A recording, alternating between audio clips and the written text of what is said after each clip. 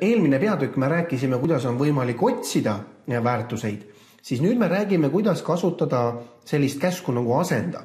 Ehk siis leida soovitud väärtus ja me soovime selle asendada millegi muuga. Asenda akna te leiate redigeerimine menüüst ja siin on siis valik otsi ja asenda.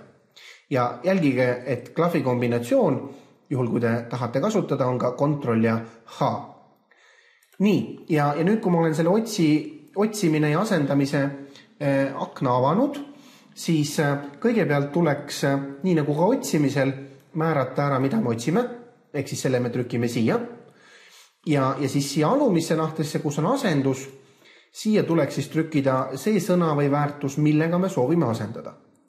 Ja nüüd minu soov on näiteks leida siis siit oma töölehelt kõik nimed Jaan ja asendada nad siis nimega Jüri.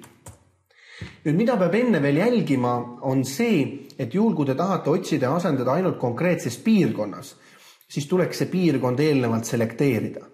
Näited teatud vahemikus oleks vaja see sõna asendada, aga mitte kogu töölehel. Nii et siis te võite ka juba siis, kui see aken lahti on, te võite selekteerida mingi ala, mingi veeru, mitu veergu, juhul kui see on vajalik. Juhul kui vastav muudatus tuleks teha tervel töölehel, siis sellest probleemi ei ole. Nii et jääb otsitav sõna Jaan, asendus on Jüri. Saan siin määrata, et kas see peab olema terve lahter ja kas me jälgime ka tõstutundlikku, ehk siis suurtähestatud sõnu. Hetkel ma neid ei pane. Ja nüüd, kui ma klõpsan asenda, siis esimene leitud Jaani nimeline lahter asendati Jüriga. Näete, siin ka on ekraani peal näha. Ja nüüd, kui ma klõpsan asenda kõik, siis ei tehta seda mitte ühe kaupa, vaid tehakse kõik korraga. Ja nüüd ma võin olla päris kindel, et kui ma hakkan vaatama oma tabelit üle, et kas siin on mõni Jaan, siis nad hetkel jäid siniseks või nii-öelda märgitud lahtriteks, need asendatud lahtrid. Ja nendes on nüüd siis Jaani asemel Jüri kirjas. Nii et väga ilusti toimis.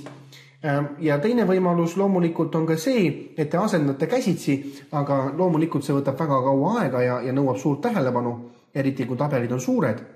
Nii et selles valguses kindlasti tasub kasutada seda otsi ja asenda akent.